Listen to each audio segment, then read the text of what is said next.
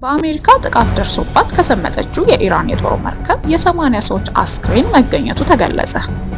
ጠቅላይ ሚኒስትር አብይ የህወሓት አመራር ሰፊ ወታደራዊ ዝግጅት እያደረገ ነው አሉ።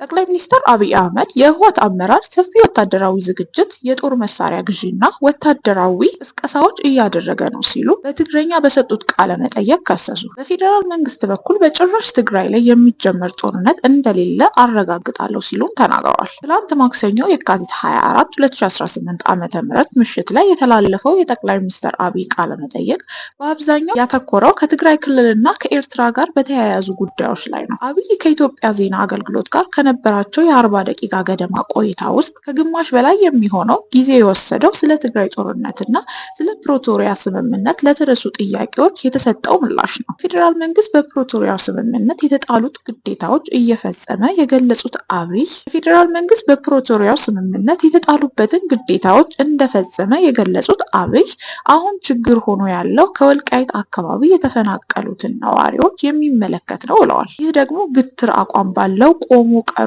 ኃይል ምክንያት አልተሳካም ሲሉ በህወሓት ውስጥ ይገኛል ያሉትን ቡድን ተጠያቂ አድርገዋል። ብዙ ጊዜ ተነጋግረናል። አሁንም እምነታችን ምን እንደሆነ ህዝባችን ያውቀዋል። ነገር ግን በቆሞ ቀሩ ግትር አቋም ምክንያት ያሰብነው ሊሳካ አልቻለም ሲሉም ተናግረዋል።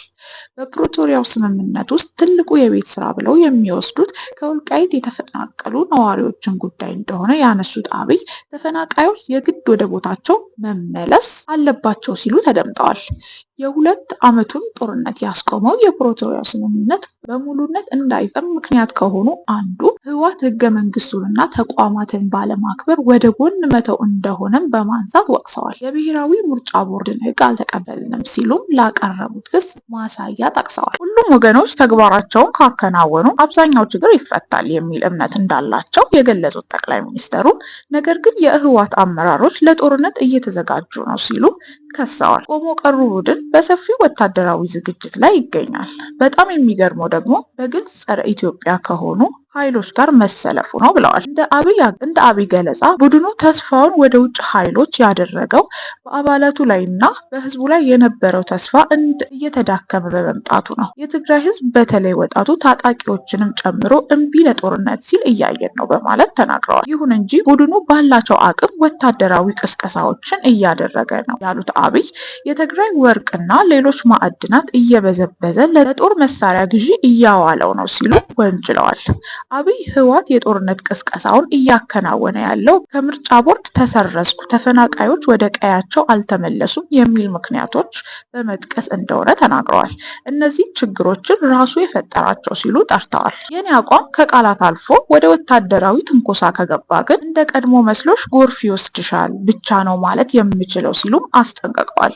አክለውም በበኩላቸው በፍጹም በጭራሽ ትግራይ ላይ የሚጀመር ጦርነት እንደሌለ ለማረጋገጥና ለመግለጽ እወዳለሁ። በትግራይ ዳግም ውጊያ የመጀመር ፍላጎትና ሀሳብ እንደሌለን ህዝባችን ማወቅ አለበት ሲሉ ተናግረዋል። ጠቅላይ ሚኒስትር አብይ ይህንን የህወሓት ቡድን ሰፊ ወታደራዊ ዝግጅት እያደረገ ነው የሚል ክስ ያቀረቡት በፌዴራል መንግስትና የትግራይ ኃይሎች መካከል የተፈጠረው ውጥረት ወደ ለየለት ግጭት ይገባል የሚል ስጋት ባየለበት ወቅት ነው። ሁለቱ ኃይሎች ባለፈው ጥር ላይ ትግራይ ክልልን ከአማራና ከአፋር ክልሎች ጋር በሚያዋስነው ስፍራዎች ግጭት ውስጥ ገብተው ነበር። ከትግራይ ጦርነት በኋላ በአማራ ክልል ስር እየተዳደሩ ያሉት አወዛጋቢ ስፍራዎች ከትግራይ ክልል ውጭ ሆነው ለህዝብ ተወካዮች ምክር ቤት ምርጫ እንዲካሄድ ባለፈው ሳምንት የተላለፈው የፌዴሬሽን ምክር ቤት ውሳኔ ደግሞ ውጥረቱን ይበልጥ እንዲካረር ምክንያት ሆኗል።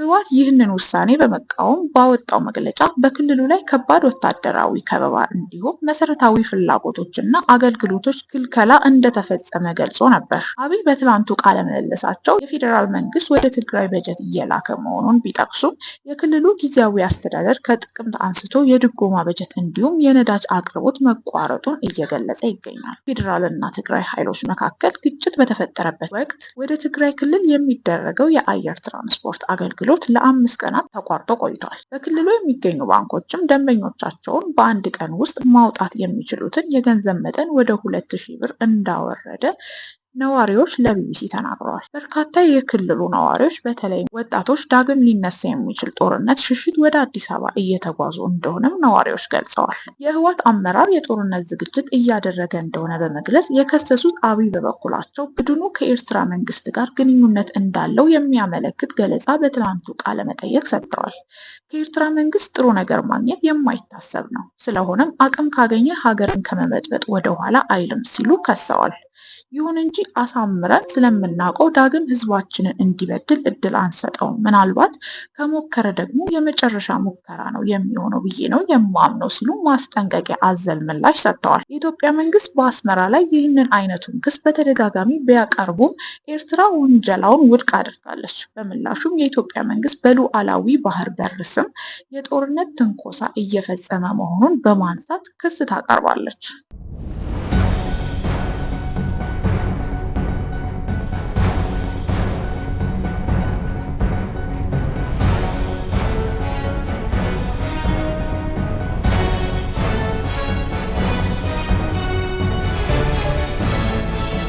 በኢራን የጦር መርከብ ላይ የነበሩ 80 ሰዎች አስክሬን መገኘቱን የስሪላንክ መከላከያ ሚኒስቴር ምክትል ሚኒስትር ያኮንታ ለቢቢሲ ሲንሃላ ተናገሩ። የኢራን የጦር መርከብ በህንድ ውቅያኖስ ላይ የሰመጠችው ከአሜሪካ ጦር በደረሰባት ጥቃት መሆኑን የመከላከያ ሚኒስቴሩ ፒት ሄግሴት ተናግረዋል። የስሪላንክ ውጭ ጉዳይ ሚኒስቴር ለሀገር ውስጥ መገናኛ ብዙሃን በህንድ ውቅያኖስ ጥቃት የደረሰባት መርከብ ላይ የነበሩ ቢያንስ 80 ሰዎች መሞታቸውን መናገራቸው ሮይተርስ ዘግበዋል። የስሪላንክ ባህር ኃይል ቀደም ሲል ከኢራን የጦር መርከብ የደረሱልኝ ጥሪ ተቀብሎ የ30 ሰዎችን ህይወት ማትረፍ መቻሉን ተናግረዋል።